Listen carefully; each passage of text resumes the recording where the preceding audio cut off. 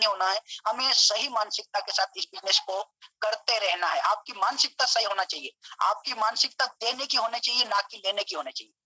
आप अपनी मानसिकता को सही रखिए, एकदम पॉजिटिव रखिए, सकारात्मक रखिए और अपने कार्य को करते चलिए। 100% आपको सफलता मिलेगी। चौथा जो हमारा कारण इस बिजनेस में सफल होने का जो स्तंभ है, वो है निरंतरता।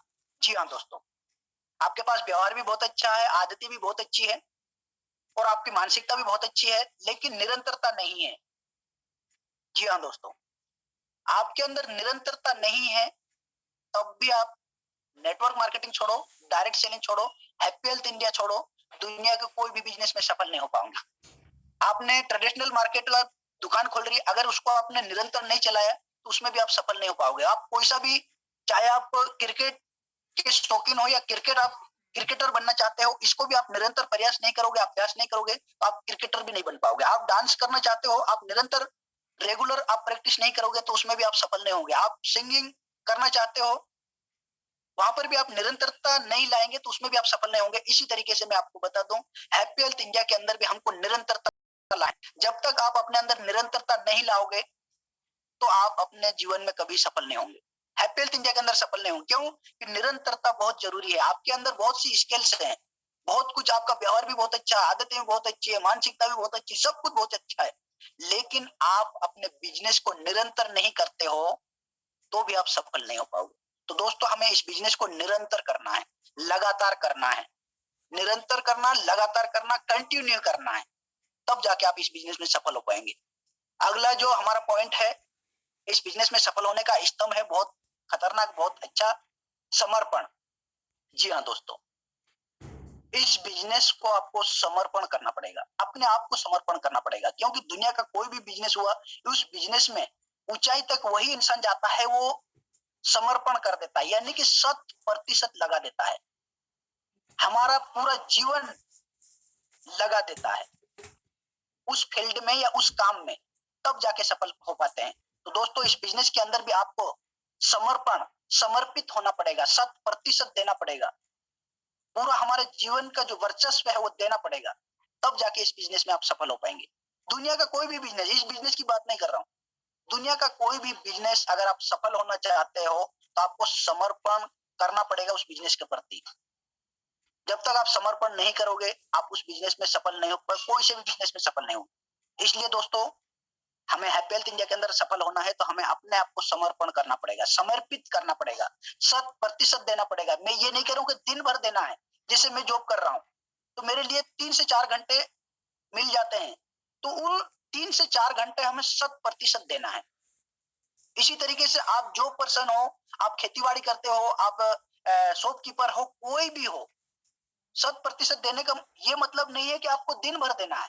100% देने का मतलब ये है कि आपने जो भी टाइम डिसाइड किया है उस टाइम को 100% देना है, उस टाइम को बर्बाद नहीं करना है, उस टाइम को हमें पूरा उस बिजनेस के लिए देना है। आपको टाइम टेबल बनाना है कि मैं इस बिजनेस को इतने बजे से इतने बजे तक दूंगा। तो ये हो गया आपका 100%, ये हो गया आपका 100%। तो दोस्तों, ये हमें देना है इस बिजनेस के अंदर, क्योंकि जब तक हम समर्पण नहीं करेंगे किसी भी चीज के प्रति, हम उसमें सफल नहीं हो सकते हैं।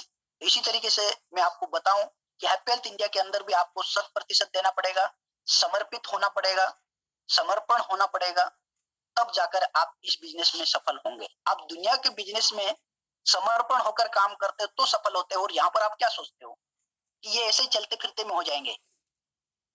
ऐसा नहीं हो सकता। क्यों? कि मैंने आपको बताया, ये छोटा मोटा प्रोजेक्ट नहीं है, करोड़ों रुपए लगाकर भी इतना बड़ा प्रोजेक्ट तैयार नहीं किया जा सकता है जो आप जीरो इन्वेस्टमेंट में इतना बड़ा प्रोजेक्ट तैयार कर रहे हो, और इसके लिए 2 से 5 साल लगेंगे। आप इंडिया छोड़ो, हमारी जो कंपनी है आने वाले समय में 2025 तक 5 से 10 देशों में जाने वाली है, तो 5 से 10 देशों में भी आपका बिजनेस जाएगा। इंडिया की बात नहीं कर रहा हूँ, इंडिया में ही आपको प्रोजेक्ट तैयार करने के लिए करोड़ों रुपए चाहिए, लेकिन और वर्ल्ड में जाने के लिए तो अरबों खरबों चाहिए। तो दोस्तों, यहाँ पर आप जीरो इन्वेस्टमेंट में आप वर्ल्ड में भी जा सकते हो। 2025 तक कंपनी का लक्ष्य है कि 5 से 10 देशों में अपने बिजनेस को ले जाने का।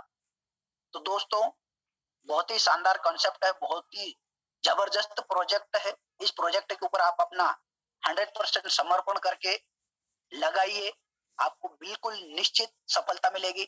जब हमारे जितेंद्र सर को मिल सकती है, मनोज सर को मिल सकती है, सूरज सर को मिल सकती है, हमें मिल सकती है, देवेंद्र सर को मिल सकती है, जितने भी हमारे गुरुजी धनंजय शिंदे सर को मिल सकती है, और बहुत सारे लीडर्स हैं उनको मिल सकती है, तो आपको क्यों नहीं, आपको क्यों नहीं, आपको भी मिलेगी। लेकिन वो समर्पण भाव से हमको इस बिजनेस को करते, तब जाकर हमको इस बिजनेस में सफलता मिलेगी।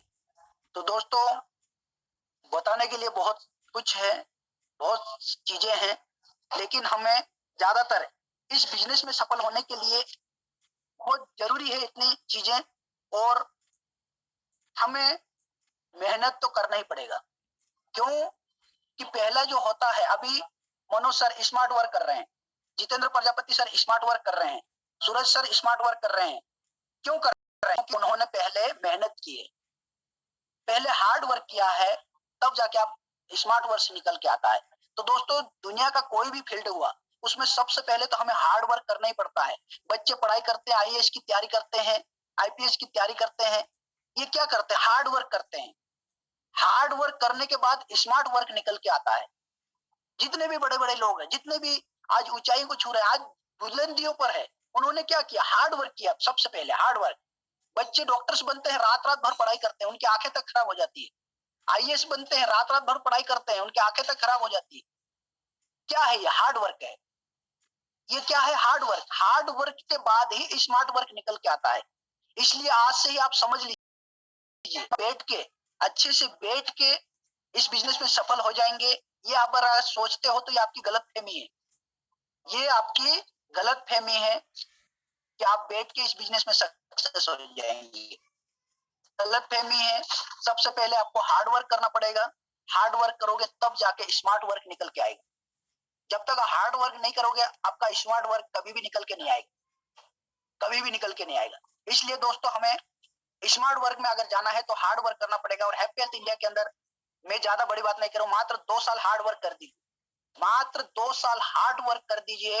मैं गारंटी दे रहा हूँ, तीसरे साल में आप स्मार्ट वर्क आपका निखर के आ जाएगा, निकल के आ जाएगा, और आप 100% स्मार्ट वर्क में चले जाओगे। जैसे हमारे जितेंद्र प्रजापति आज जहां पर भी मीटिंग देने गए हुए हैं, काहे से गए पता है आपको? एरोप्लेन से गए हैं, और एरोप्लेन से आएंगे। अब उनकी मीटिंग है स्मार्ट वर्क में बदल गई है।